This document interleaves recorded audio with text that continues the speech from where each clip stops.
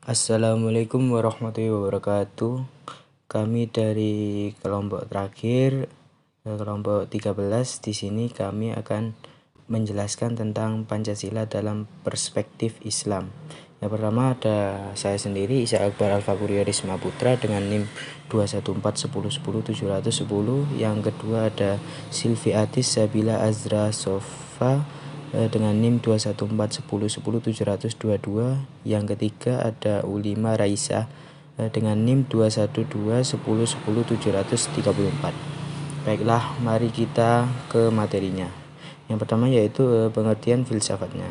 Sejauh derivasi ungkapan penalaran dalam bahasa Indonesia memiliki apa yang dapat dibandingkan dengan teori dalam bahasa Arab.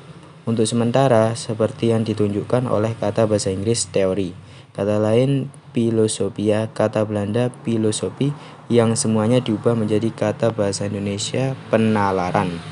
Filosofia adalah sesuatu yang merupakan efek lanjutan dari gerakan filosofien sebagai kata tindakan. Kemudian ada historis perumusan dasar negara. Kata Pancasila terdiri dari dua kata Sanskerta, Panca yang berarti 5 dan Sila yang berarti standar atau pedoman. Dalam arah panjang konseptualisasi Pancasila, bisa dikatakan bahwa 1 Juni adalah hari lahirnya Pancasila. Pada hari itu ada 5 janji pokok negara diajukan dengan nama Pancasila, dan pada sejak itu juga jumlahnya tidak berubah.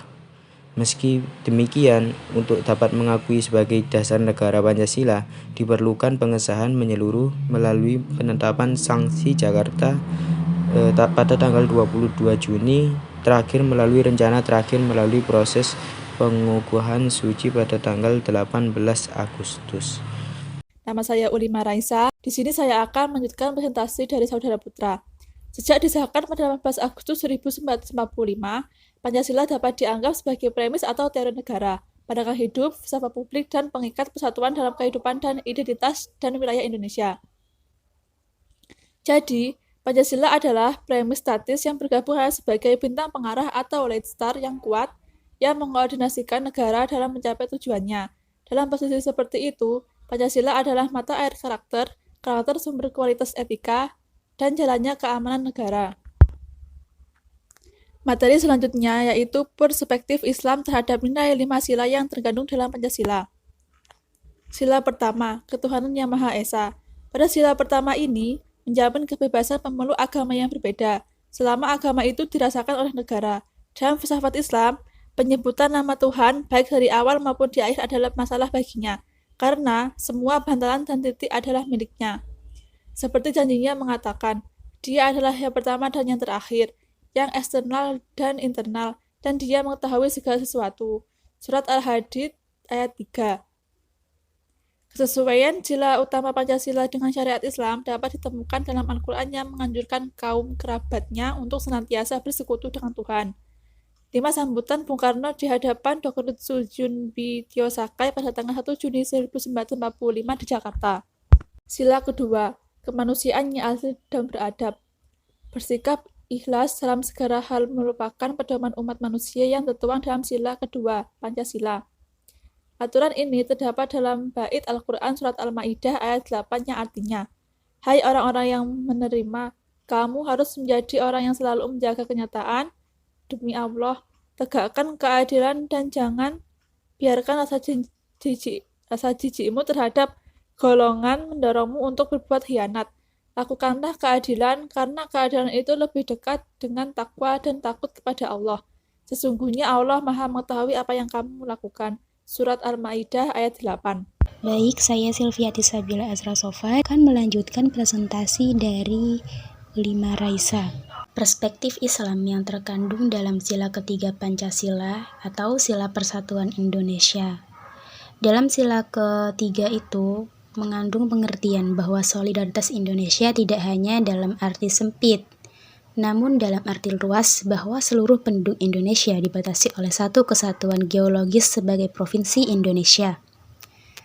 Ide solidaritas dalam sistem pelajaran Islam mencakup ukhuwah Islamiyah atau solidaritas antar umat Islam, dan lebih jauhnya lagi mencakup ukhuwah insaniyah atau solidaritas sebagai individu atau antar individu. Tentang sila ketiga ini diungkapkan dalam Al-Quran, Quran Surah Ali Imran ayat 103. Dan tiap-tiap kamu pegang tali agama Allah, dan janganlah kamu berpisah, dan ingatlah ridho Allah atas kamu ketika kamu bermusuhan. Maka Allah menyatukan hatimu dan menjadikan kamu di tepi kehampaan kesengsaraan. Kemudian pada saat itu Allah menyelamatkanmu darinya.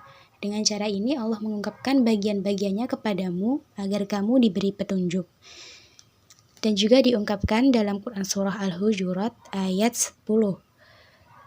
Para penyembah itu benar-benar bersaudara. Dengan cara ini tampung atau pererat hubungan antar keduanya, dan takutlah kepada Allah dengan tujuan agar kamu mendapatkan keringanan hukuman.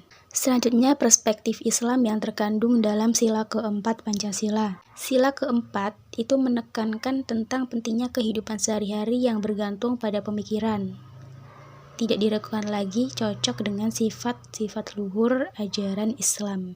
Hal ini tercermin dalam beberapa surah dalam Al-Quran, salah satunya yakni surah Ali Imran ayat 159 yang bermakna, jadi itu adalah akibat langsung dari kemarahan Allah Subhanahu wa Ta'ala, bahwa Anda lembut dengan mereka.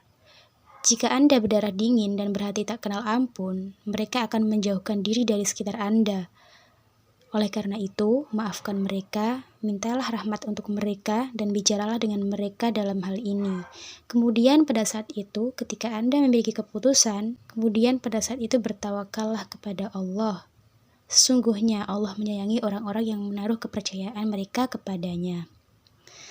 Kemudian lanjut ke perspektif Islam yang terkandung dalam sila kelima Pancasila. Dalam setiap sila Pancasila itu sebenarnya mengandung sifat-sifat keislaman. Nah, dalam sila kelima ini mengisyaratkan tentang adanya pemerataan selama masa penyelenggaraan negara. Pemerataan yang dapat dirasakan oleh seluruh insan Indonesia tanpa membedakan perbedaan agama, ras, dan lain-lain. Nah, mengenai sila kelima ini ditemukan dalam Al-Quran, Quran Surah An-Nahl ayat 90. Sesungguhnya Allah memerintahkan kamu untuk berbuat adil dan berbuat baik untuk menafkahi anggota keluarga. Dan Allah melarang dari perbuatan jahat, bahaya, dan kebencian. Dia menunjukkan kepadamu dengan tujuan agar kamu dapat belajar. Demikian presentasi dari kami, kurang lebihnya kami mohon maaf yang sebesar-besarnya. Kami akhiri, wassalamualaikum warahmatullahi wabarakatuh.